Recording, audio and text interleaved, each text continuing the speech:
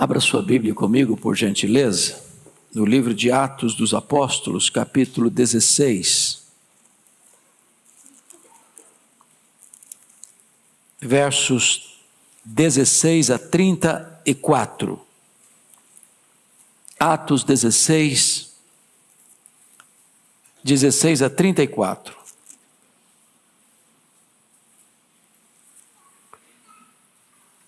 Está escrito: aconteceu que, indo nós para o lugar de oração, nos saiu ao encontro uma jovem possessa de espírito adivinhador, a qual, adivinhando, dava grande lucro aos seus senhores.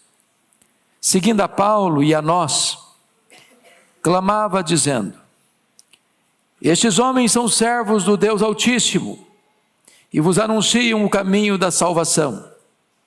Isso se repetia por muitos dias. Então Paulo, já indignado, voltando-se, disse ao Espírito: em nome de Jesus Cristo eu te mando, retira-te dela. E ele, na mesma hora, saiu. Vendo os senhores que se lhes desfizera a esperança do lucro, agarrando em Paulo e Silas, os arrastaram para a praça, à presença das autoridades. E levando-os aos pretores, disseram: estes homens, sendo judeus, perturbam a nossa cidade, propagando costumes que não podemos receber nem praticar, porque somos romanos. Levantou-se a multidão unida contra eles, e os pretores, rasgando-lhes as vestes, mandaram açoitá-los com varas.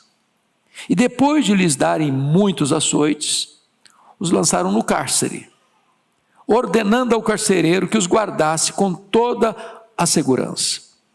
Este, recebendo tal ordem, levou-os para o cárcere interior e lhes prendeu os pés no tronco.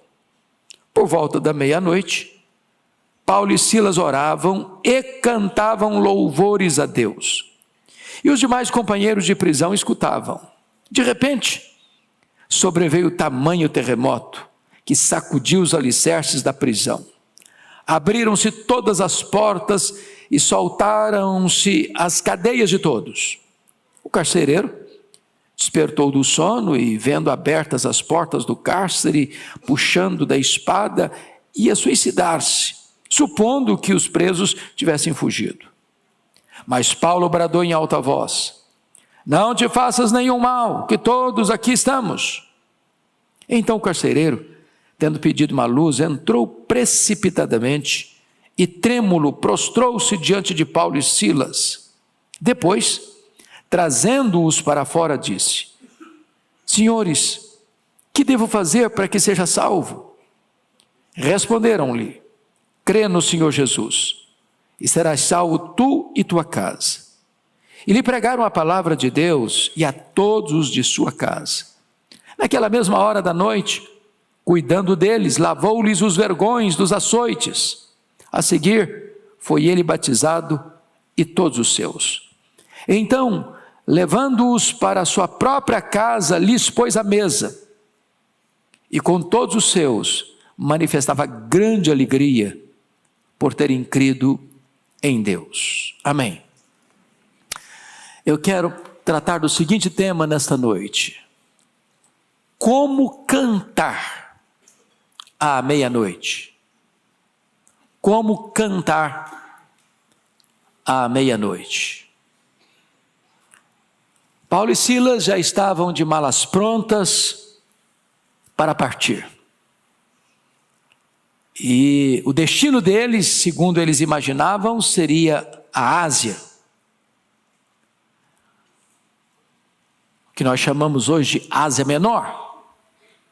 Entretanto, eles estavam em Trode, e o Espírito de Cristo os impediu de entrar na Ásia. E eles então escutam uma voz de um varão macedônio: passa Macedônia e ajuda-nos. E então eles partiram para aquilo que nós chamamos de Europa, para Macedônia. Embarcaram em Trode, desembarcaram em Neápolis, e de Neápolis foram por terra à cidade de Filipos, que era uma espécie de colônia romana, na verdade uma colônia romana, Isso significava uma cidade que tinha os hábitos de Roma, os costumes de Roma, a moeda de Roma, as leis de Roma, os valores de Roma, a religião de Roma. Era uma miniatura de Roma lá nesta província da Macedônia. E diz a Bíblia que Paulo chegou ali e vai procurar uma reunião de oração que acontecia à beira do rio, na casa de uma asiática de Tiatira, empresária, comerciante de púrpura. E naquela reunião de oração, o Senhor abriu o coração de Lídia e ela foi convertida a Cristo. E Paulo começa a frequentar aquela reunião de oração. E todas as vezes que Paulo ia para essa reunião de oração na casa de Lídia, à beira do rio, lá em Filipos, havia uma moça possessa de um espírito de adivinhação, uma espécie de pitonisa, que ia gritando todo dia, todo momento, atrás de Paulo e de Silas.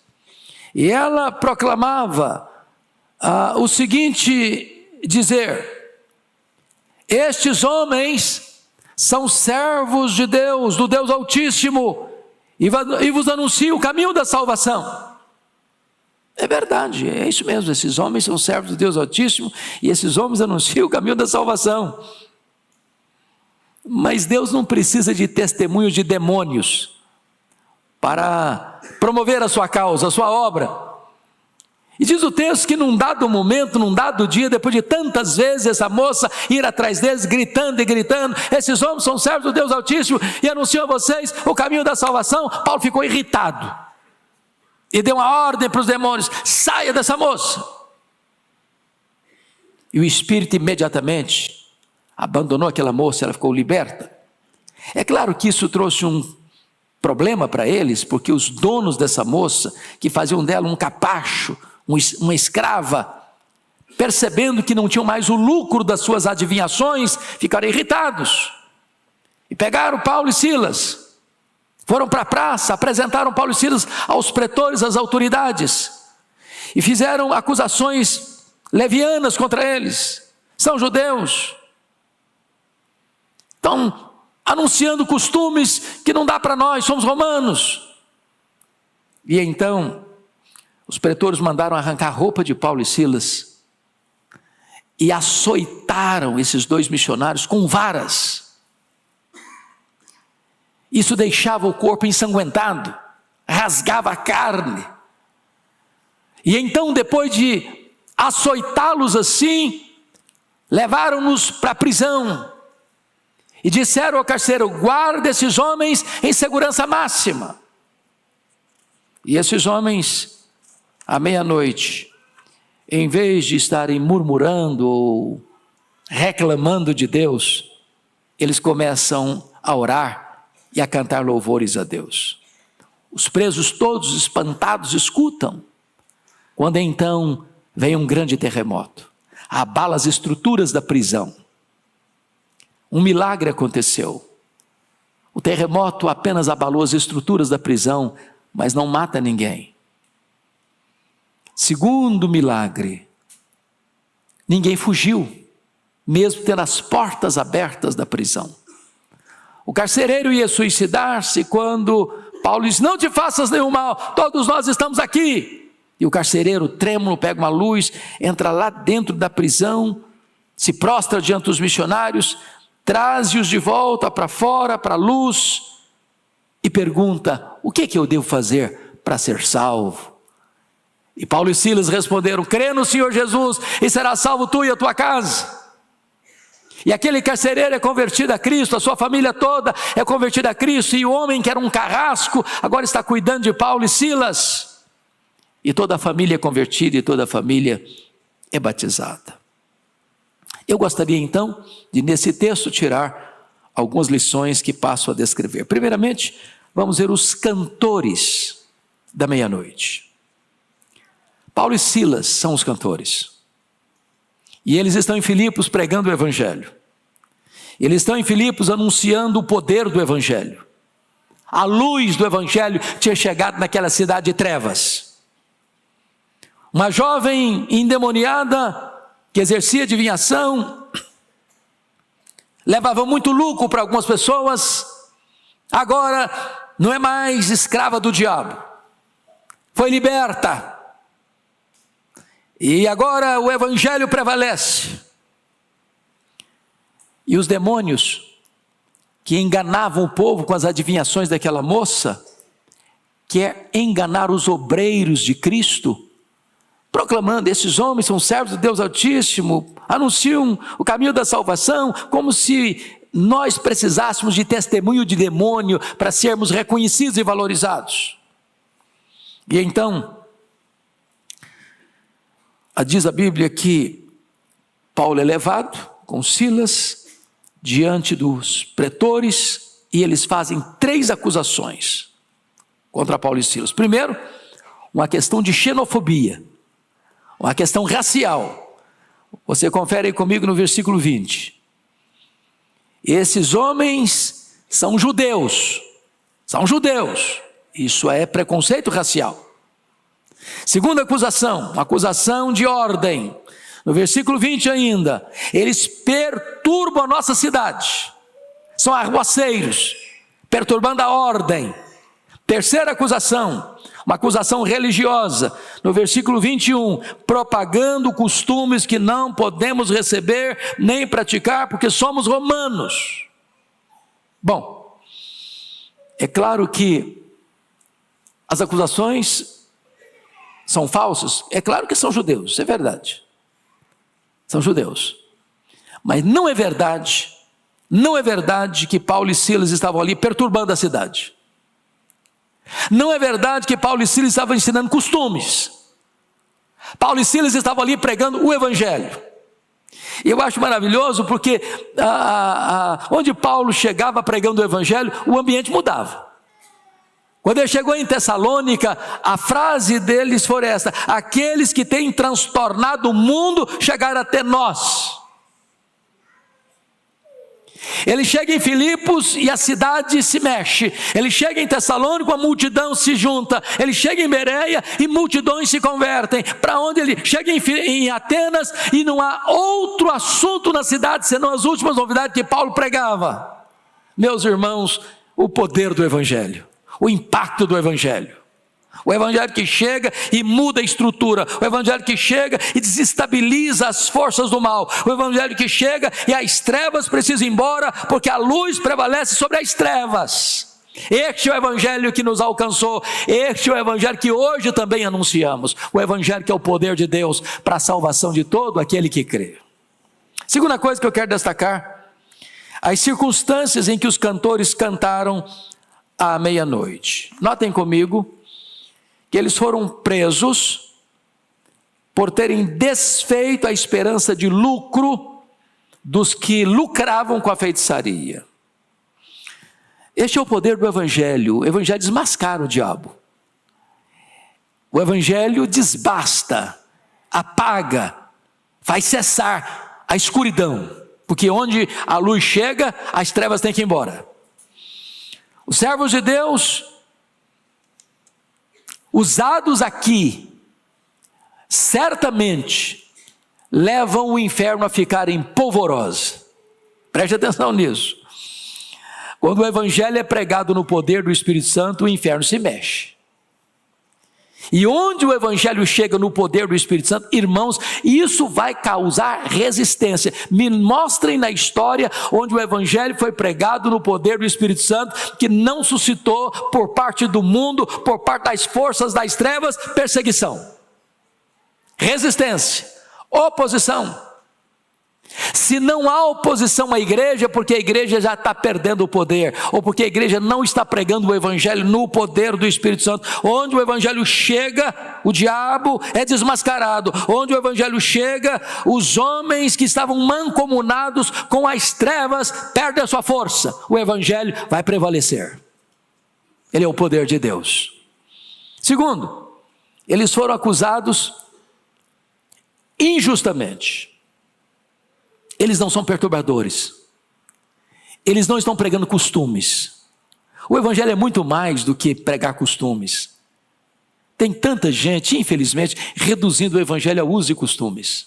Quantas pessoas que pensam que evangelho é o tamanho do cabelo, é o comprimento da roupa, é o cosmético que é usado ou não usado, uso de joias, bijuterias, cacuetes, clichês. Quantas pessoas reduzindo o evangelho a costumes. Nós não pregamos costumes, nós pregamos a boa nova do evangelho para a salvação de todo o que crê. O evangelho não é uma caiação, não é um verniz, não é uma reforma exterior. O evangelho transforma de dentro para fora. O evangelho traz para o homem um novo coração, uma nova mente, uma nova vida, uma nova família, uma nova pátria, uma nova herança. O evangelho faz o homem uma nova criatura. Então a acusação era injusta e eles não estão perturbando a ordem, eles estão trazendo uma mensagem de libertação, de restauração, de salvação, de vida eterna. Mas em terceiro lugar, os cantores da meia-noite foram açoitados ilegalmente. Veja comigo, por favor, o verso 23. Pode ler comigo, 23, vamos juntos?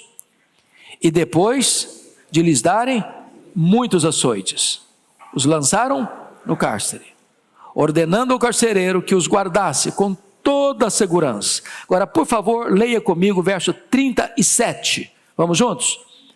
Paulo, porém, lhes replicou: sem ter havido processo formal contra nós, nos açoitaram publicamente e nos recolheram ao cárcere, sendo nós cidadãos romanos. Querem agora as ocultas lançar-nos fora? Não será assim. Pelo contrário, venham eles e pessoalmente nos põem em liberdade. Em outras palavras, os acusadores e os flageladores foram açodados intempestivamente, com muita pressa, açoitando esses missionários com varas, que era o castigo romano, sem sequer perquirirem, saberem se de fato esses homens eram romanos. Porque sendo eles romanos, cidadãos romanos, não se podia fazer isso, a lei romana não permitia. Filipos era uma colônia romana, Filipos estava debaixo das leis romanas, Filipos era uma pequena Roma. Então aqueles homens fizeram isso de forma não apenas injusta, mas também de forma ilegal. Muitos açoites e de forma ilegal. Mas em quarto lugar, os cantores da meia-noite foram jogados na prisão interior de uma masmorra romana. Olha comigo o verso 23 e 24. Por gentileza, veja lá Atos 16, 23 e 24. Você pode ler comigo, por gentileza, esses dois versos? E depois de lhes darem muitos açoites, os lançaram no cárcere, ordenando ao carcereiro que os guardasse com toda a segurança. Este, recebendo tal ordem, levou-os para o cárcere interior, lhes prendeu os pés no tronco. Agora, em maio, eu tive a bênção de, pela primeira vez, visitar essa cidade de Filipos. E me ajudou muito a entender. É uma cidade de grandes estruturas rochosas. Essa prisão ficava exatamente numa grande montanha escarpada, e essa prisão era cavada na rocha. Não era uma prisão de tijolo, de parede, não. Uma prisão lá dentro de uma estrutura rochosa. E aqui eu chamo a sua atenção para a prisão romana, que tinha 3 partes. Toda a prisão romana tinha isso. Primeiro, a primeira parte era chamada de comuniora, e a comuniora era a primeira entrada da prisão, onde tinha luz e ainda ar fresco, era a comuniora. A segunda parte da prisão, onde eles ficaram, era a interiora, e a interiora era a prisão subterrânea, ou melhor, a prisão que ficava fora do olhar humano, lá para dentro, no buraco cavado em pedra. E nesse local, as pessoas eram trancadas ali, com portões pesados de ferro, e essas celas tinham 5 buracos, e o prisioneiro ficava ali, tinha que enfiar a cabeça num buraco, os 2 braços em cada buraco, e os pés amarrados em tronco também dentro de um buraco, de tal maneira que o prisioneiro não podia fazer movimentos. Cada movimento que ele fazia era uma dor a mais, era um sofrimento a mais, era uma tortura a mais. É nessa prisão que eles estavam, no cárcere interior, na interiora. E mais embaixo ainda ficava o Tulunium, onde o lugar de execução, onde os prisioneiros eram condenados à morte. Chama a sua atenção para isso, porque o versículo 24 nos informa que lhes prendeu os pés no tronco, e esse tronco era exatamente um buraco cavado na rocha. Esses homens estão numa prisão não só de segurança máxima, mas eu diria numa prisão de tortura máxima. E apesar disso, eles cantam. E apesar disso, eles oram.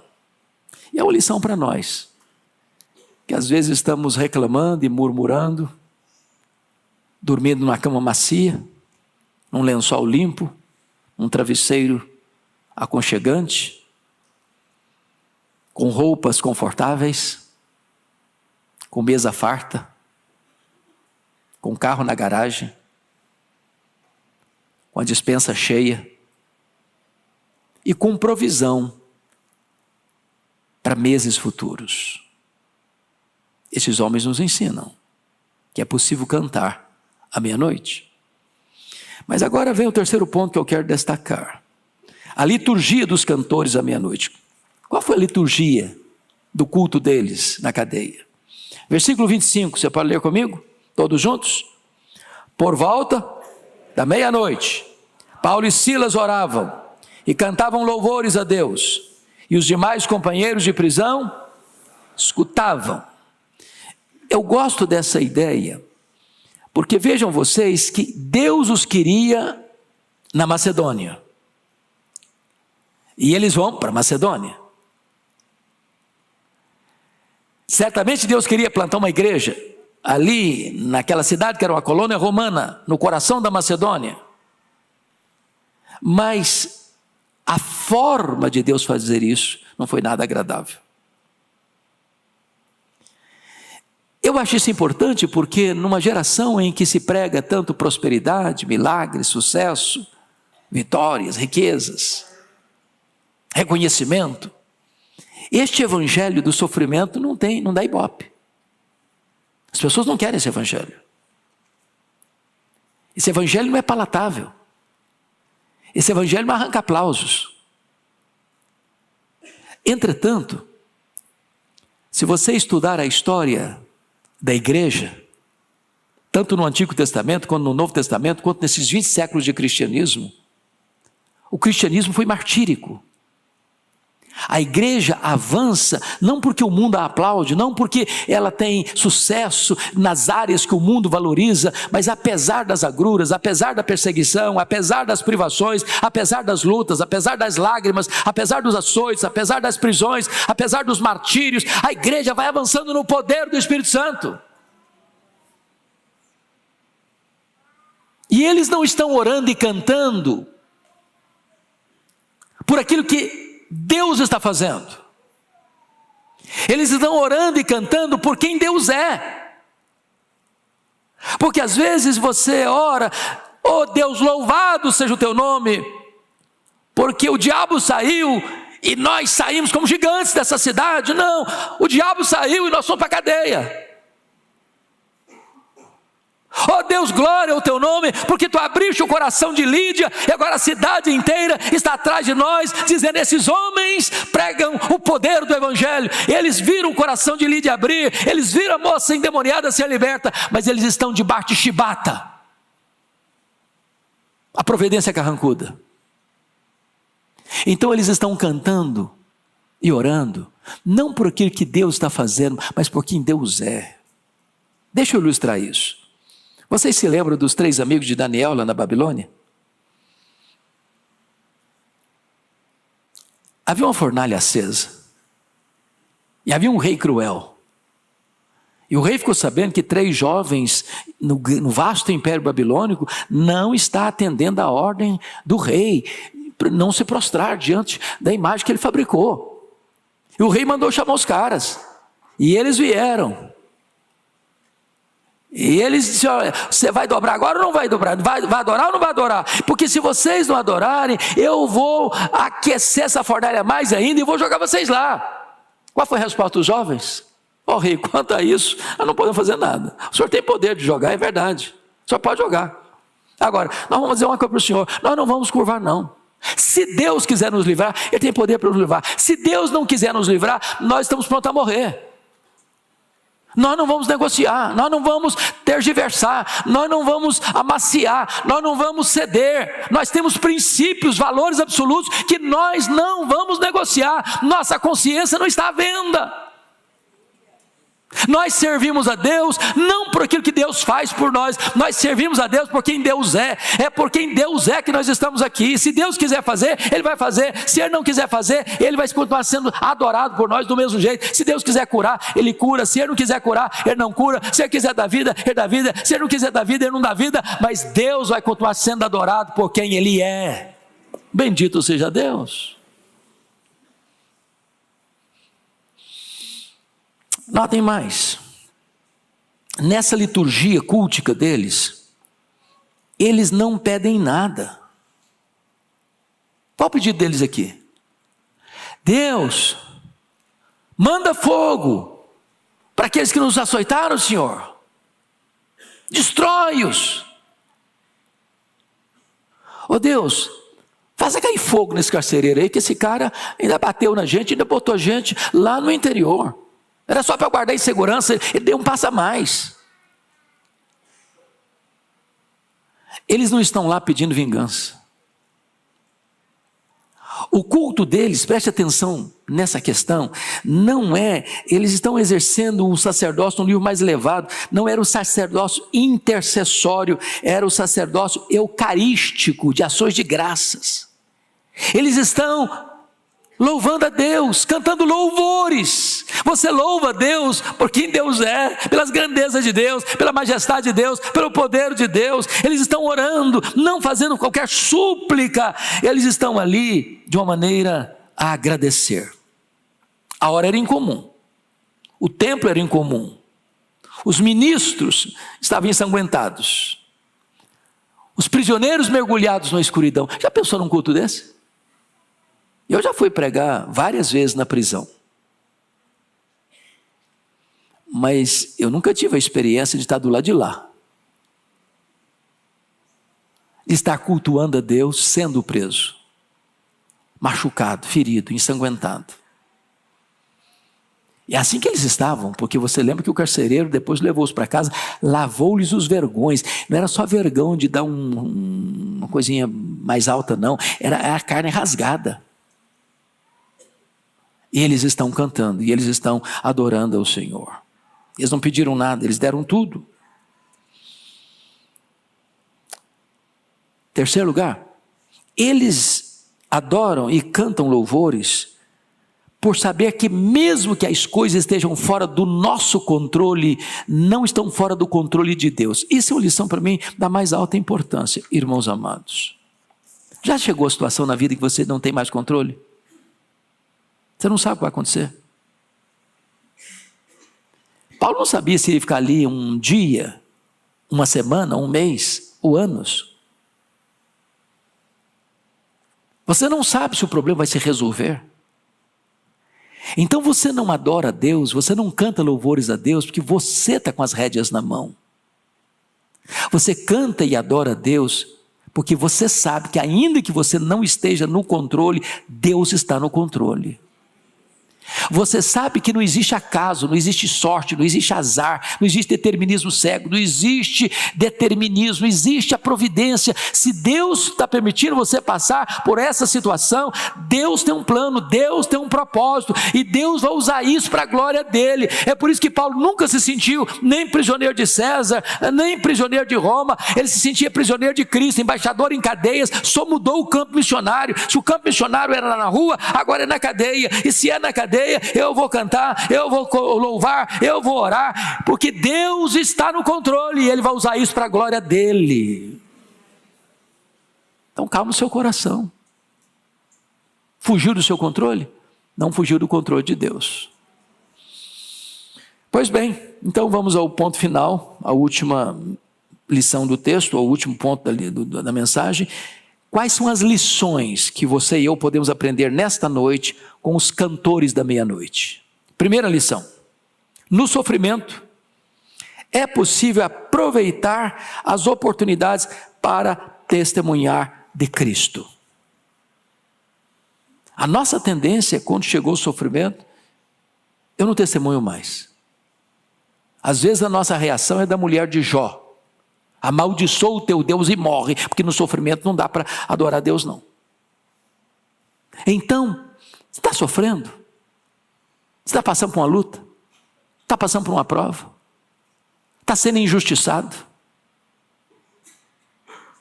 As pessoas estão ferindo você, mesmo dentro do seu direito. A situação está sombria, a noite está escura, já passa da meia-noite na sua história. Aproveite essa oportunidade para testemunhar deste nome bendito. Eles estão numa cela escura, sem luz, sem ar fresco, presos, amarrados num tronco, machucados, mas eles adoram a Deus apesar disso. Não espere a circunstância mudar para adorar a Deus. Adore a Deus para que a circunstância mude.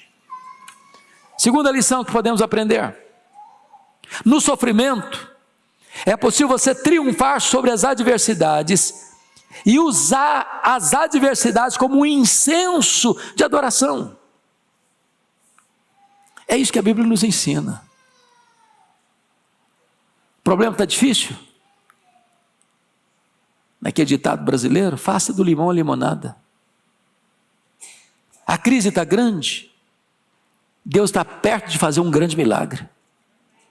A noite está escura, pois Deus pode romper com a sua luz, porque Ele é a luz que vindo ao mundo ilumina todo homem, e a luz chegou, as trevas vão embora, e a noite se transforma num dia ensolarado. É por isso que Paulo diz assim: meus irmãos, nós nos alegramos não apenas na esperança da glória, nós nos alegramos, nos exultamos nas próprias tribulações, sabendo que a tribulação produz perseverança, e a perseverança experiência, e a experiência esperança, e a esperança não se confunde, porque o amor de Deus é derramado no nosso coração. Você vai entender como Tiago afirmou: meus irmãos, tendo por motivo de toda alegria o passar por várias provações, porque uma vez a aprovação da vossa fé confirmada, vai produzir resultados maravilhosos. É como Paulo diz: porque a nossa leve e momentânea tribulação produz para nós eterno peso de glória, acima de toda comparação. Então você está passando uma luta, comece a louvar a Deus.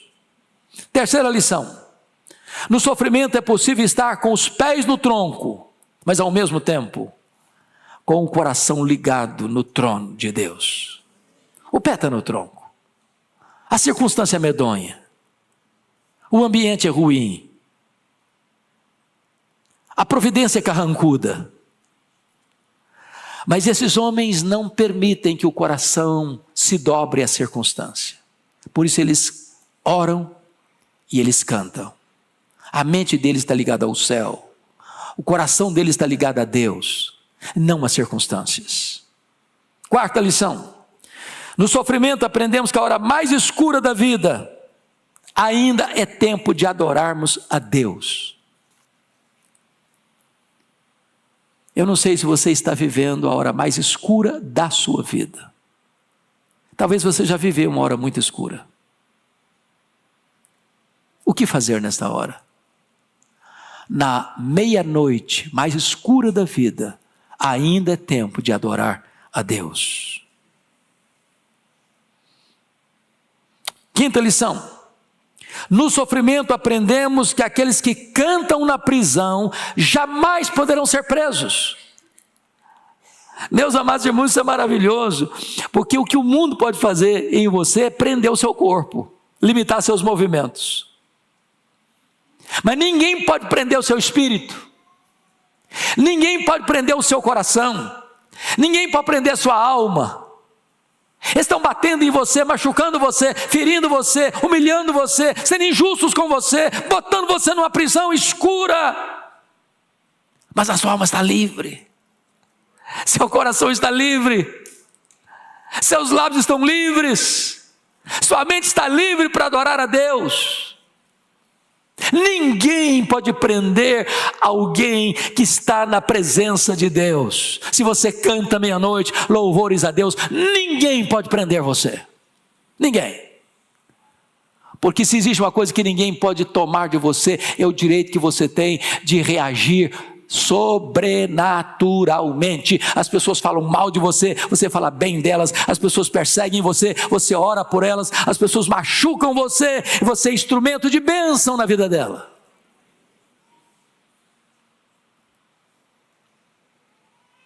Sexta lição: no sofrimento aprendemos que aqueles que cantam na prisão jamais poderão ser impedidos de fazer a obra de Deus. Você só mudou o campo missionário.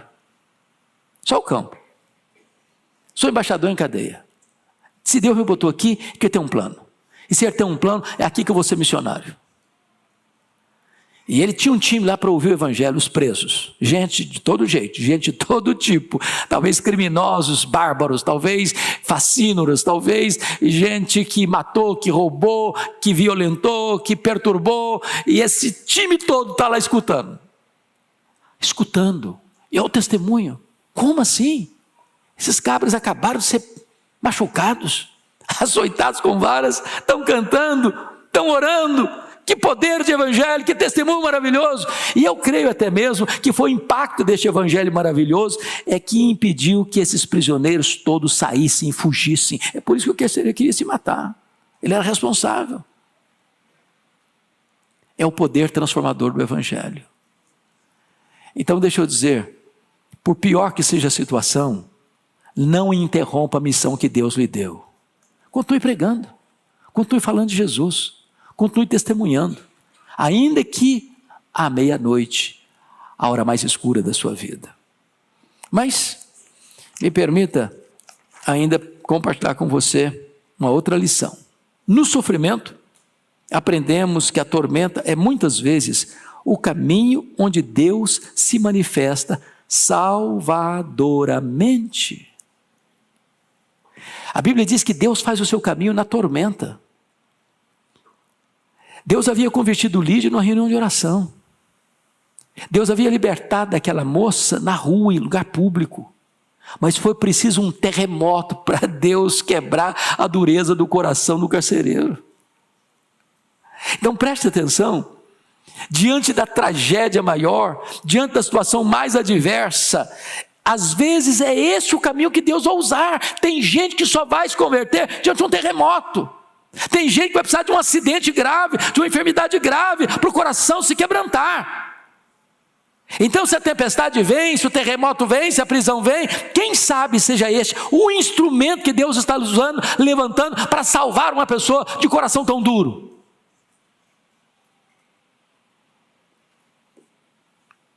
Agora, fechando, último argumento.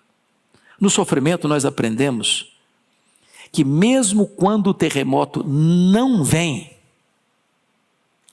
nós devemos continuar adorando a Deus. Porque às vezes o terremoto não vem.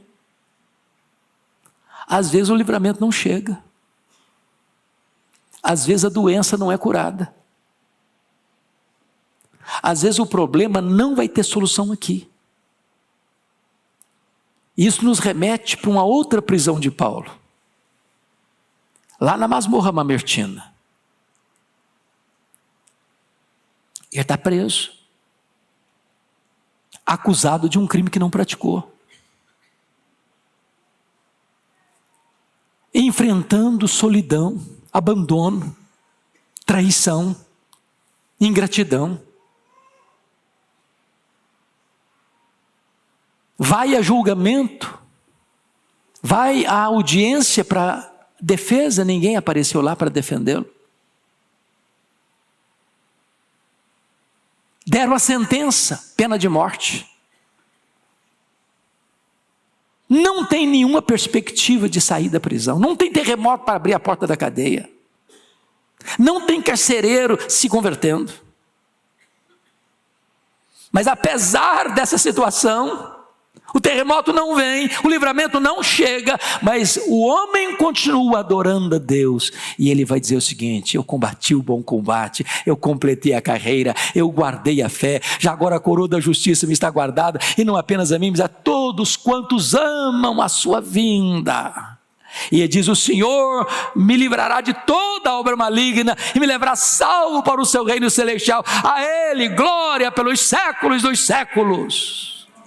Se o livramento não vem, você continua louvando, porque na hora que sua voz cessar aqui, você vai continuar louvando a Deus por toda a eternidade, onde não tem mais choro, nem pranto, nem dor, nem luto, porque as primeiras coisas já terão passado. Cantores da meia-noite, onde eles estão? Vamos ficar em pé e vamos orar.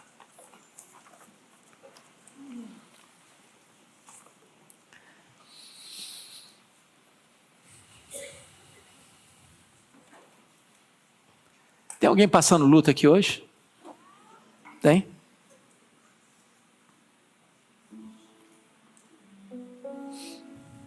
Como é que nós vamos reagir? Eu preciso deste poder, poder do Espírito Santo, poder de Deus, para não naufragar nas águas turvas das tribulações. Eu preciso, você precisa, nós precisamos. Deus, aqui está a tua palavra. Conscientes estamos de que esta palavra humana só pode alcançar os ouvidos, mas a voz do teu Espírito pode chegar ao coração. Tu conheces cada um que está aqui hoje, as lutas, as dores, os dramas. Tantas vezes, Senhor, nós nos capitulamos à murmuração, à mágoa, à amargura, à tristeza, ao abatimento.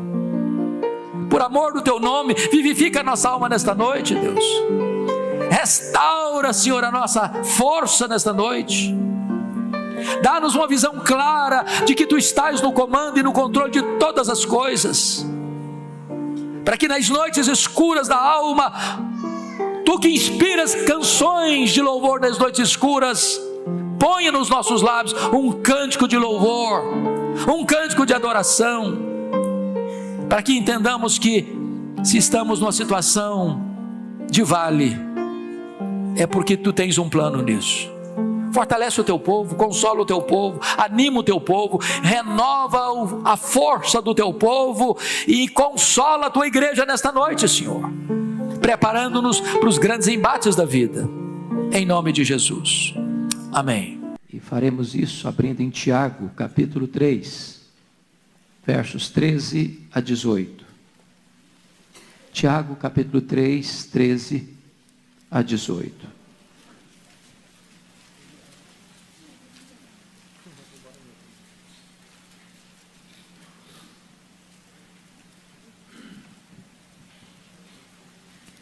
Esse texto trata de sabedoria. E Tiago escreve assim: quem entre vós é sábio e inteligente? Mostrem mansidão de sabedoria mediante condigno proceder às suas obras. Se pelo contrário, tendes em vosso coração inveja amargurada e sentimento faccioso, nem vos glorieis disso, nem mentais contra a verdade. Esta não é a sabedoria que desce lá do alto, antes é terrena, animal e demoníaca. Pois onde há inveja e sentimento faccioso, aí há confusão e toda espécie de coisas ruins. A sabedoria, porém, lá do alto é primeiramente pura, depois pacífica, indulgente, tratável, plena de misericórdia e de bons frutos, imparcial, sem fingimento. Ora, é em paz que se semeia o fruto da justiça para os que promovem a paz. Amém? Quero tratar com vocês hoje sobre o tema: qual é a sua sabedoria, terrena ou celestial? Nós abordamos na segunda-feira passada o capítulo 3, versos de 1 a 12, falando sobre o poder da língua. E mencionamos que a língua tem o poder de dirigir. E Tiago compara a língua com o freio de um cavalo e como um leme de um navio. O freio domina a força de um cavalo para que esta força seja útil, e o leme governa o imenso navio para que ele não se choque contra as rochas submersas. Também Tiago comparou a língua, que tem o poder não apenas de dirigir, mas de destruir, e compara a língua como um fogo, uma pequena fagulha, põe em chamas toda uma floresta. E comparou a língua como um veneno, que uma pequena dose pode ser letal, mortífera. Depois Tiago disse que a língua é destruidora, que a língua é indomável e que a língua é incoerente. Para fechar seu argumento, afirmando que a língua tem o poder de deleitar. Ela é como uma fonte que jorra água, que dessedenta e refaz as forças. É como uma árvore frutífera que produz frutos doces e sazonados. Agora Tiago vai mostrar para nós sobre a questão da sabedoria. Sabedoria para lidar com pessoas, sabedoria para lidar com circunstâncias. E como é importante sabedoria na nossa vida. Ele começa essa carta, lá no capítulo 1, versículo 5, dizendo que se você precisa de sabedoria, peça para Deus. A Bíblia diz que Salomão pediu a Deus sabedoria. E Tiago diz que você e eu podemos e devemos pedir a Deus sabedoria. Mas a pergunta é: o que é sabedoria? O que é sabedoria? E talvez uma das boas definições de sabedoria é esta: sabedoria é você usar de maneira adequada, correta, útil o conhecimento. O conhecimento. Isso porque uma pessoa pode ser culta e tola. Ela pode ter muita informação na cabeça e não saber processar esse conhecimento, e não saber usar esse conhecimento para o bem, mas para o mal. Eu pergunto a vocês: vocês acham que os nossos representantes políticos, que boa parte deles hoje tem se imiscuído com práticas de corrupção, fazem isso porque lhes falta conhecimento? Vocês acham que eles erram por ignorância? Vocês acham que as pessoas que estão hoje mergulhadas nesse caudal profuso de corrupção é porque não conhecem? Na verdade conhecem, mas o conhecimento que não é usado de forma sábia para o bem, esse conhecimento se torna uma ferramenta perigosíssima para o mal.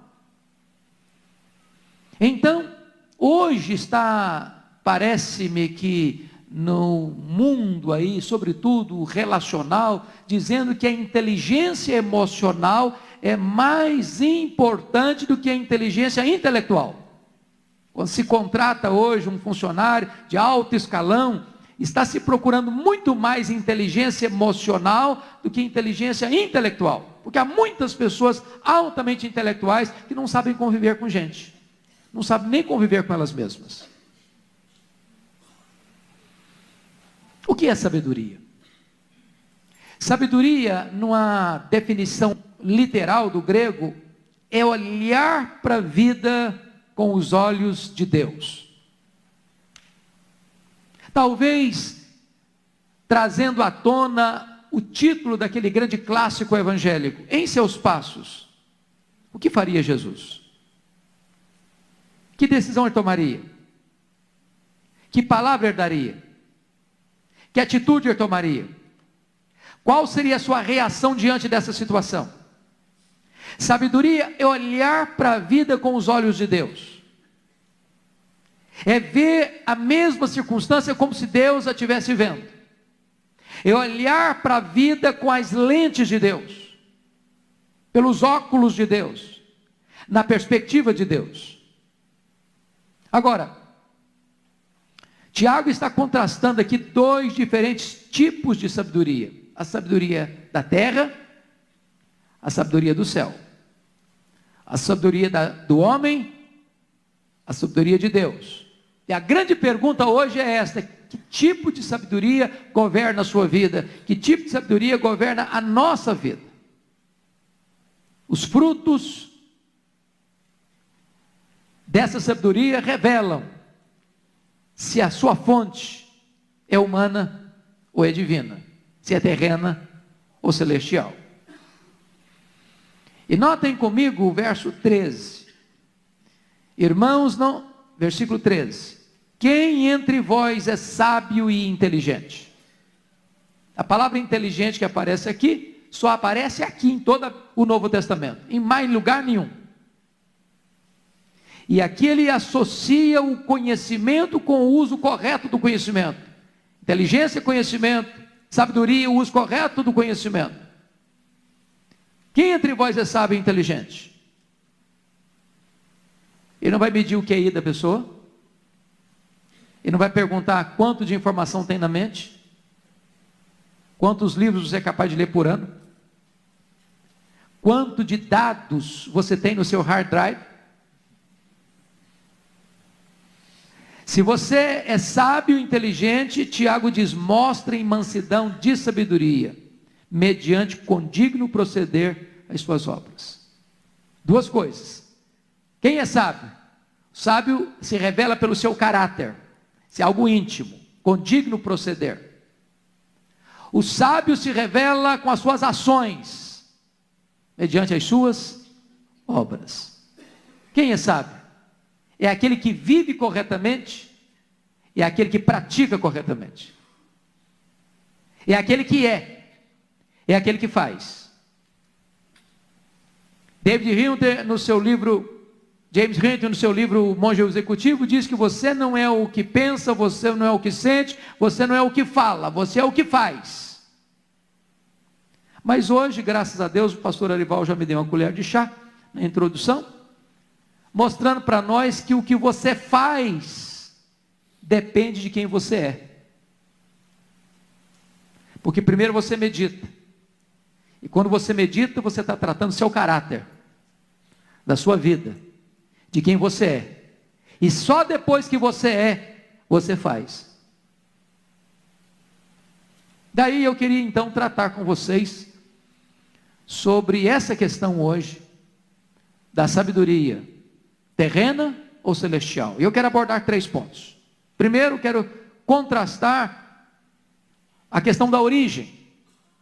Segundo, eu quero contrastar as características. Terceiro, eu quero contrastar os resultados. Então eu quero tratar de 3 pontos aqui hoje: origem, características e resultados. Vamos, o primeiro ponto, o contraste sobre a origem. Peço a você que leia comigo o verso 15, por gentileza. Vamos juntos? Esta não é a sabedoria que desce lá do alto, antes é terrena, animal e demoníaca. Agora a 17, parte A.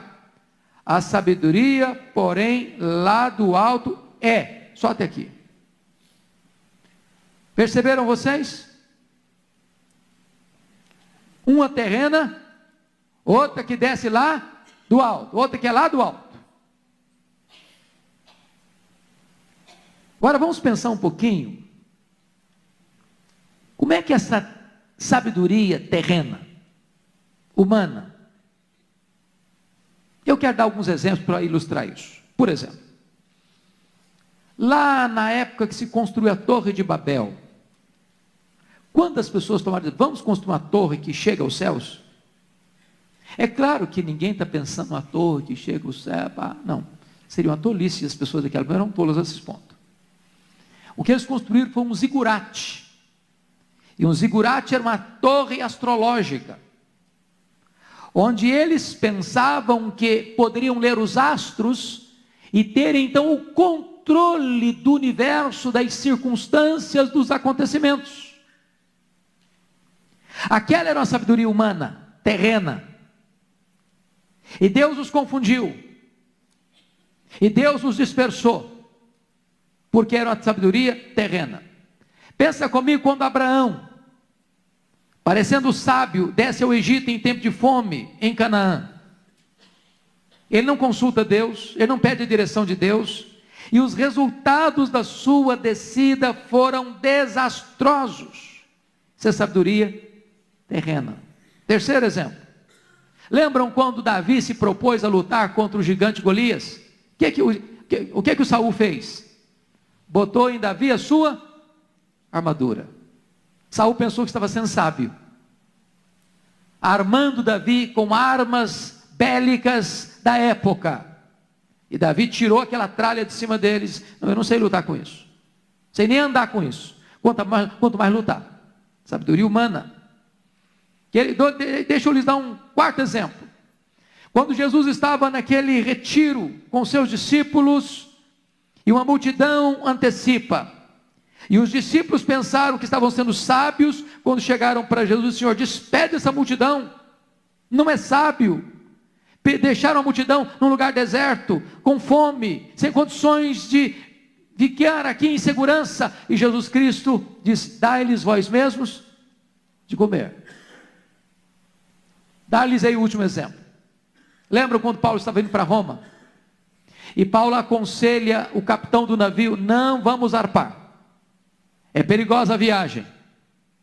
Mas o capitão do navio não deu atenção ao que Paulo falava, e a viagem foi turbulenta, e eles perderam a carga, e eles perderam o navio. Sabedoria humana, terrena. E agora eu chamo a sua atenção para esse aspecto da sabedoria terrena. Ela tem 3 características aí. Você pode olhar comigo, versículo 15. Ela é o quê?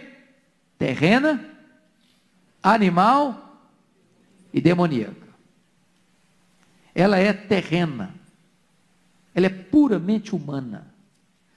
Irmãos, vamos pensar comigo aqui, o que é que aconteceu no mundo até hoje, que refletiu essa sabedoria terrena. Eu queria recordar alguns pontos com vocês. Vamos começar lá do século 17.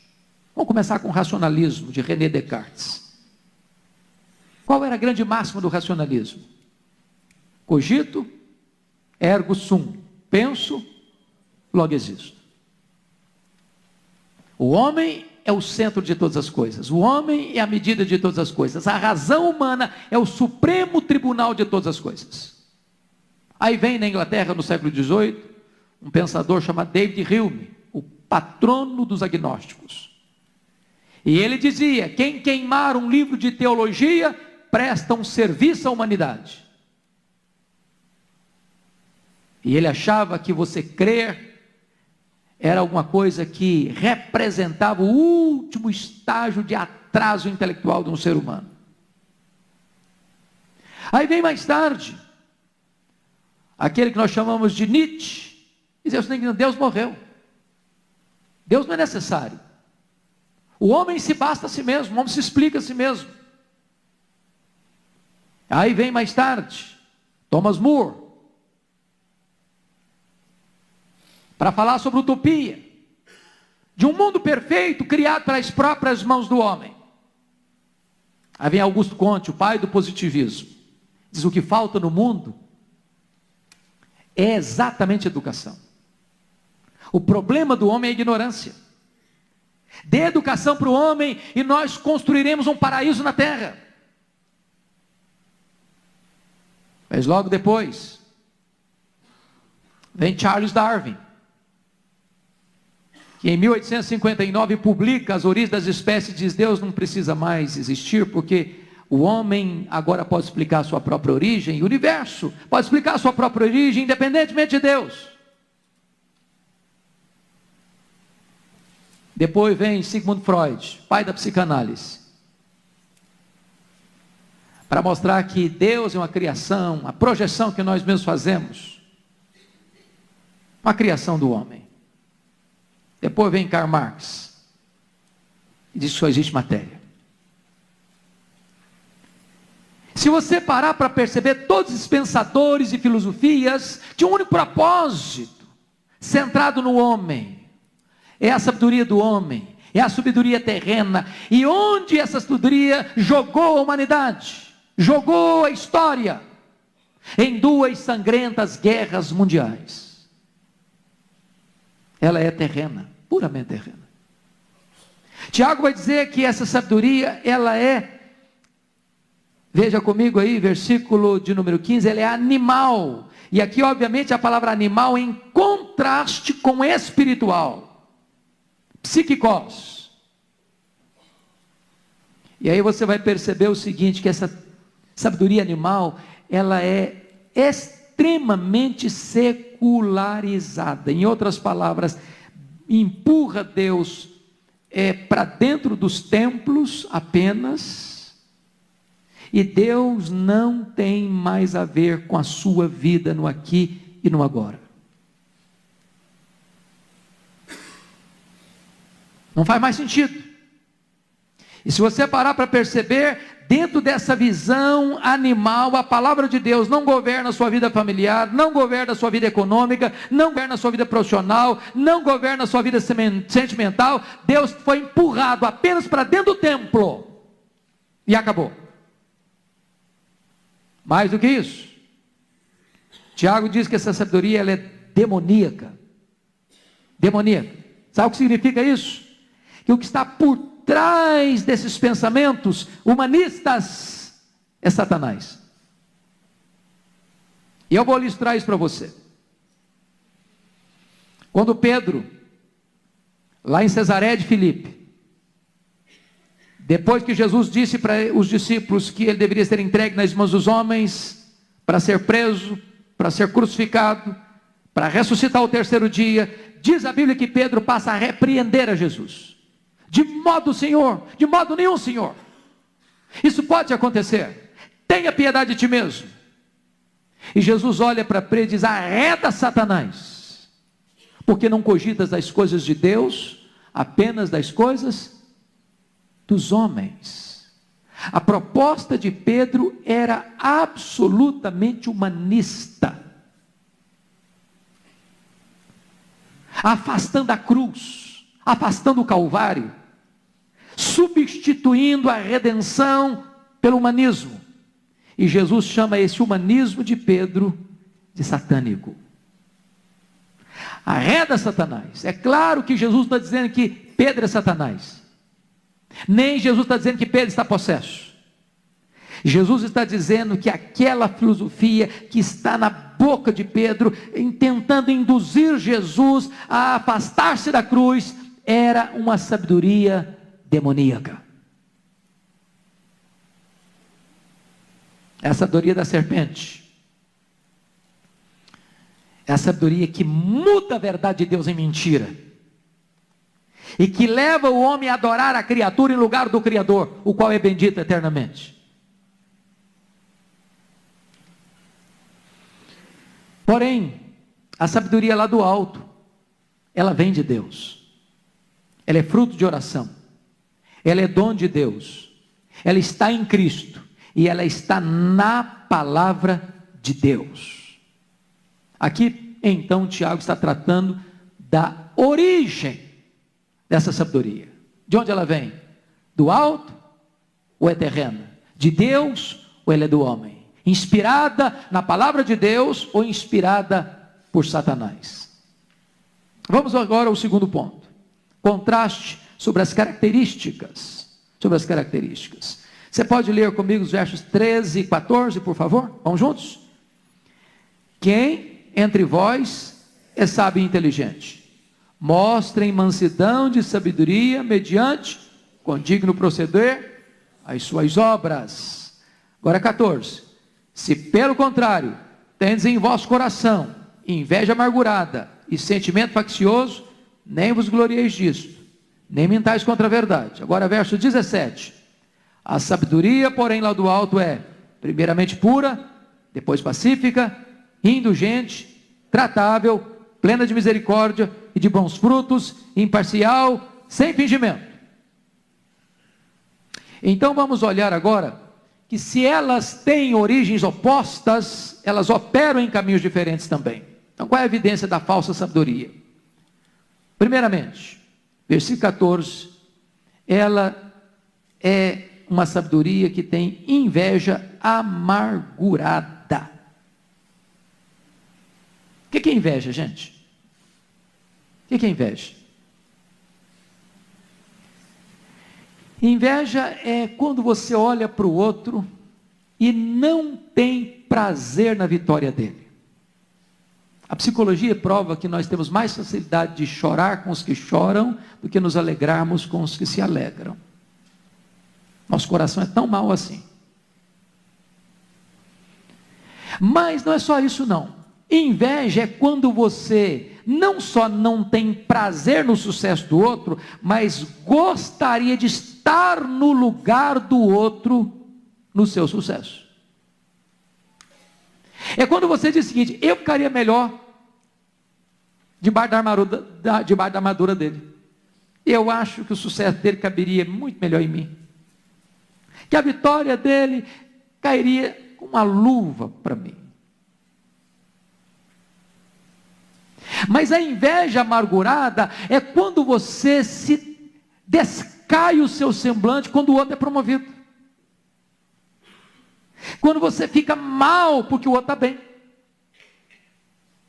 Quando você fica prostrado porque o outro foi levantado. E desta forma, essa inveja amargurada, ela promove a você mesmo. Você se vê melhor do que os outros.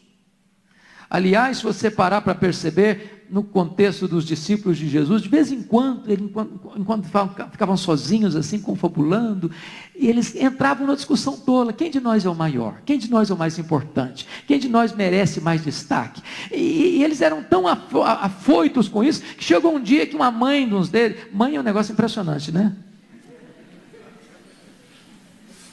Mãe é uma bênção. Uma mãe teve coragem de chegar para Jesus e falou: não dá para dar um destaquezinho para os meus 2 filhos, não. Meus filhos são uma bênção. O senhor já não percebeu que são os melhores do grupo, não? São os mais consagrados, são os mais inteligentes. Então, senhor, lá no teu reino, dá um jeitinho lá. Esse sentimento de estar na frente, de querer prestígio, de querer aplausos, de querer reconhecimento. Vocês estão percebendo aí a dificuldade do novo governo ir para frente? A disputa dos partidos, que quer um espaço aqui, que quer um cargo lá, que quer uma situação acolá, é uma loucura. Olha a vida dos fariseus, eles olhavam para os outros assim: puxa vida, mas que gente ruim, né? Olha nós, que bonito nós estamos na fita, que maravilha, né? Nós somos muito bonitos, nós somos muito virtuosos, como nós oramos, como nós jejuamos, como nós somos zelosos na entrega do dízimo, até das hortaliças.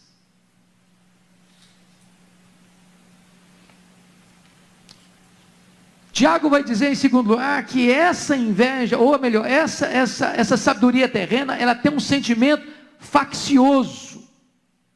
Sabe o que é um sentimento faccioso? É aquele sentimento que fere pessoas, machuca gente, porque a vontade dela tem que prevalecer, a visão dela tem que prevalecer, o gosto dela tem que prevalecer, a perspectiva dela tem que prevalecer. Ela olha para o outro de cima para baixo. Deixa eu ilustrar isso para vocês. A igreja de Filipos era uma igreja tão linda, tão maravilhosa do ponto de vista de obra missionária, mas quantos problemas aquela igreja tinha internamente, por causa das facções. Aí Paulo escreve o capítulo 2 para esta igreja, para dizer o seguinte: olha, vocês têm que ter cuidado aí, porque tem gente aí que só trabalha se o grupinho dele aparecer, partidarismo. Tem gente que só trabalha na igreja se os holofotes estiverem em cima dele, vanglória. Tem gente que só pensa nele mesmo. E aí Paulo diz: pensa no que é do outro também. Não tenha em vista cada um o que é propriamente seu, senão também o que é do outro.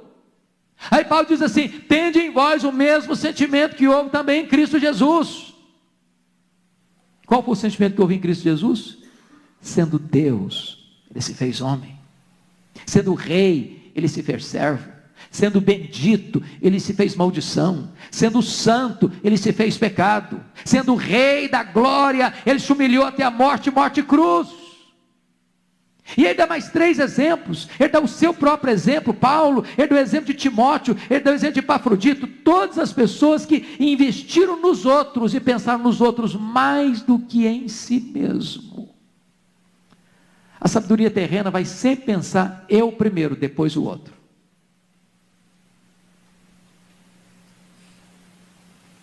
Eu tenho visto tantas situações, irmãos, onde, até dentro da igreja, pessoas machucando outras pessoas, pessoas ferindo outras pessoas, pessoas magoadas com outras pessoas dentro da igreja. Mas, notem vocês, no versículo 14, letra C,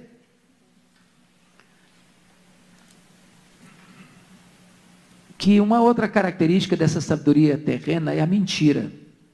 Nem mentais contra a verdade. A inveja produz sentimento faccioso, e este promove a vaidade se alimenta da mentira. Mas qual é a evidência agora da verdadeira sabedoria, lá do alto, celestial? E aí Tiago mostra para nós aqui quais são os resultados. Veja o versículo 13. Primeiro resultado, mansidão. O que é ser manso? Ser manso não é ser frouxo.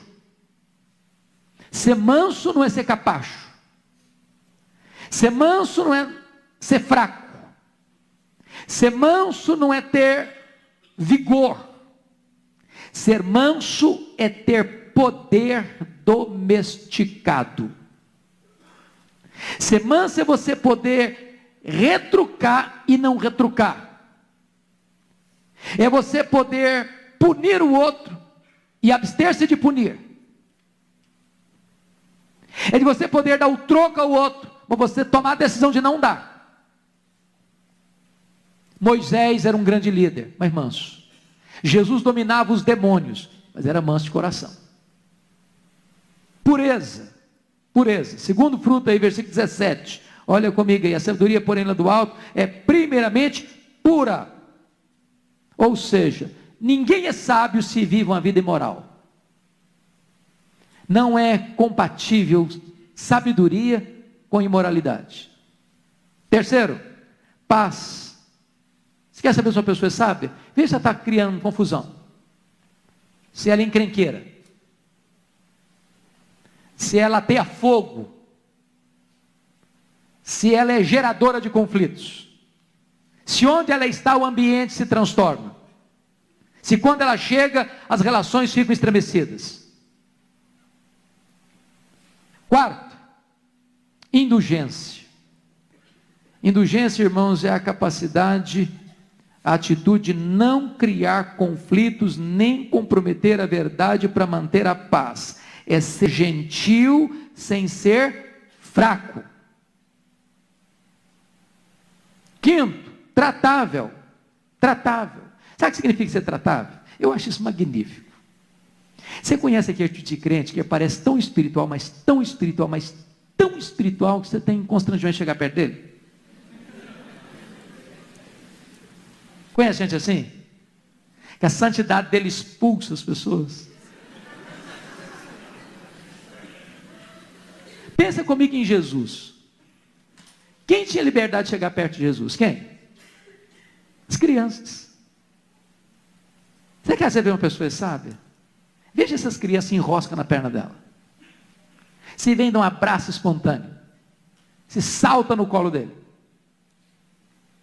Veja se as pessoas mais quebradas pela vida, publicanos, pecadores, prostitutas, cobradores de impostos, gente que vive na margem da lei, até os leprosos, que eram tidos como maldito, chegava e encostava em Jesus. Você é uma pessoa tratável? Você atrai gente? Você tem doce? Você tem açúcar? Se é alguém que as pessoas gostam de vir e saem mais animadas quando conversam com você? tratável. Notem ainda, sexto lugar, essa sabedoria é plena de misericórdia.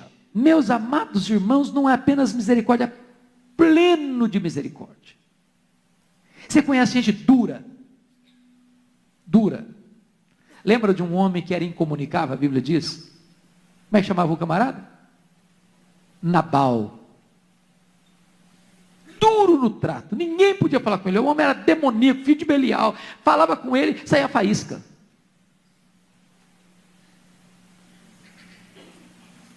Verdadeira sabedoria é plena de misericórdia. Aquela misericórdia que tomou conta do samaritano, lembra?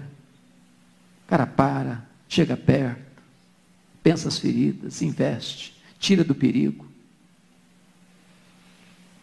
Mas finalmente, Tiago vai dizer no verso 17 que essa sabedoria ela é plena de bons frutos. Bons frutos. Deixa eu dizer uma frase para você. Quem não produz frutos, produz galhos. Eu fui criado na cultura do café.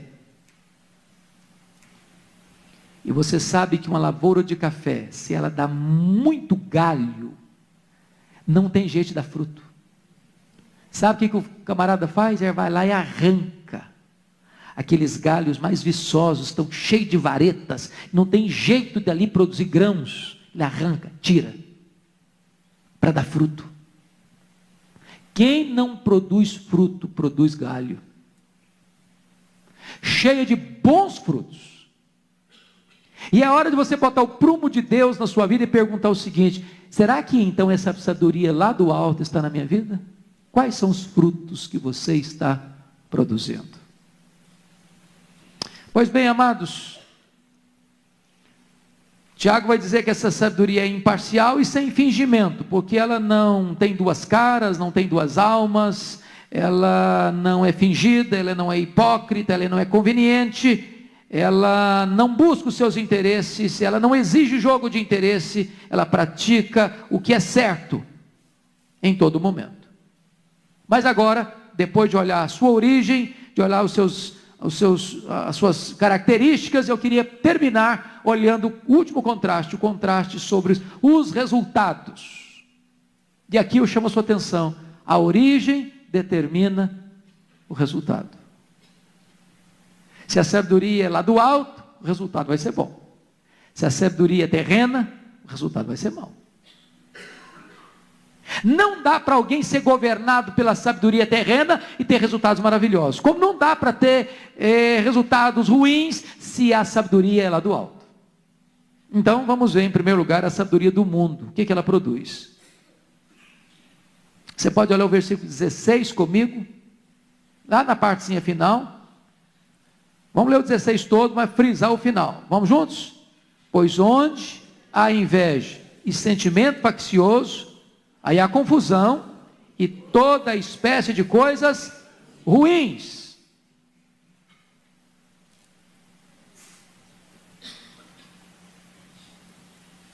Confusão. O que é confusão? Ninguém entende nada. É uma balbúrdia. E toda espécie de coisas ruins. Tiago não quis nem nominar, porque se eu fosse nominar, ele gastava muito tempo. Mas onde a sabedoria terrena, graça, sopita, cresce, floresce, frutifica, aí ela traz o quê? Toda espécie de coisas ruins: amargura, inveja, ódio, ranço, amargura, ressentimento, briga, confusão, falta de perdão, tristeza, dor, egoísmo, vaidade, soberba, presunção, altivez e tudo mais, tudo mais. Tudo mais. Mas e a sabedoria de Deus? O que ela produz? O que ela produz? Vamos ver o versículo 18? Você pode ler o 18 comigo? Ora, é em paz que se semeia o fruto da justiça, para os que promovem a paz. Então vamos ver o que a sabedoria de Deus produz. Primeiro, irmãos, se você olhar no verso 13, ela produz vida reta, mostrem mansidão de sabedoria mediante condigno proceder. Uma pessoa sábia é conhecida pela sua vida irrepreensível e pela sua conduta santa. Segundo, qual o fruto? Olha comigo o verso 13 ainda. Obras dignas de Deus, mostrem mansidão de sabedoria mediante condigno proceder, as suas obras. Quem é sábio não apenas fala, quem é sábio faz. Terceiro, fruto de justiça.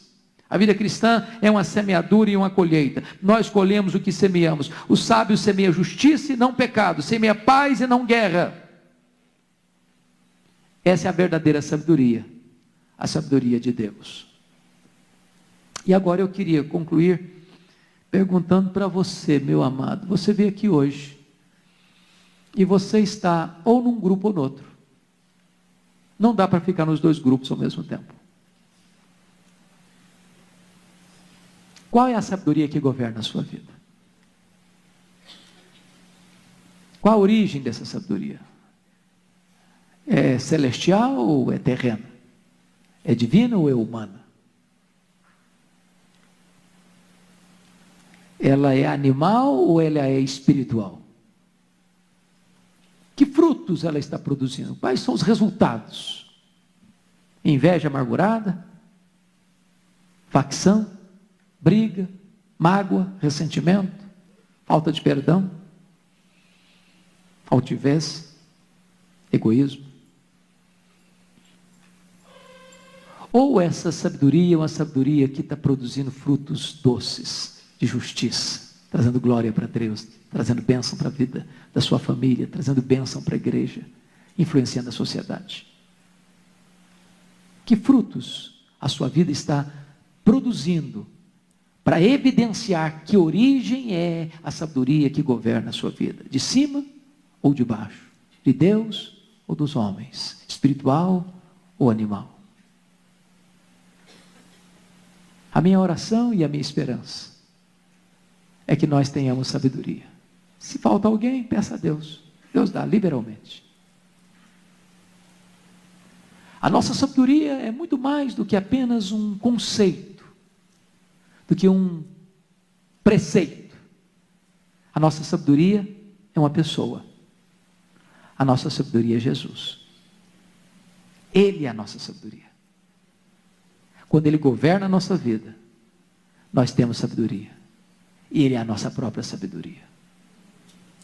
Ele quem vai nos tomar pela mão e nos guiar pelas veredas da justiça. Ele quem vai nos ensinar o que falar, o que fazer. Ele quem vai nos ensinar como agir e como reagir. Ele quem vai nos tomar pela mão e vai nos guiar por essa estrada e nos levar à casa do Pai, onde é a essência da sabedoria e de onde procede toda a sabedoria. Vamos orar? Vamos colocar nossa vida diante de Deus?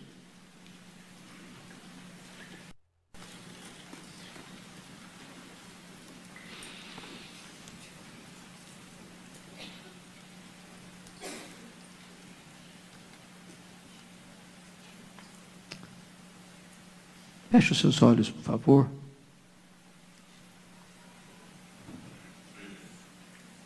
É claro que uma pessoa sábia é sempre uma pessoa humilde. Uma pessoa sábia não é aquela que proclama suas próprias virtudes, mas é aquela pessoa que quer mais de Deus e demonstra isso em palavras, em atitudes, em obras, não provocando inveja, nem rivalidades, nem divisões, nem guerras, mas sendo um mensageiro da paz, um pacificador, alguém que pensa mais no outro do que em si, que busca mais a glória de Deus do que a sua própria projeção. Deus, aqui está a tua igreja e que nós estamos carentes desta sabedoria lá do alto. Nosso coração às vezes nos empurra para lá, para cá, para tomarmos decisões apressadas ou para fazermos escolhas erradas. ou para agirmos sem buscar a tua direção, ou para estribarmos-nos em nosso próprio entendimento. E nós precisamos de discernimento, Deus, nós precisamos de sabedoria, porque vivemos num mundo mau, posto no maligno, cujo sistema conspira contra a santidade, contra a verdade, contra a justiça. E neste mundo vil, Deus, nós precisamos de luz nas nossas trevas, nós precisamos de orientação clara e segura, para vivermos dentro das balizas da Tua palavra, sem nos desviarmos nem para a direita, nem para a esquerda. Conceda graça ao Teu povo aqui nesta noite, para que nas mais diversas ocasiões da vida, nas mais diferentes circunstâncias da vida, nos mais diferentes lugares da nossa jornada, nós possamos ter aquela perspectiva de fazer aquilo que Jesus no nosso lugar teria feito. Dá-nos sabedoria do alto, ó Deus. Não nos permita errar, bater cabeça, tomar decisões erradas, ir para lugares errados, fazermos escolhas erradas, termos sentimentos errados, posturas erradas, palavras erradas, atitudes erradas, reações erradas. Ajuda-nos, Deus, a não entristecermos o Espírito Santo, que é Espírito de sabedoria. Fortalece o nosso coração, ilumina a nossa mente, renova as nossas forças e dá-nos poder para vivermos em novidade de vida todo dia, para a glória do Teu nome. Em nome de Jesus. Amém.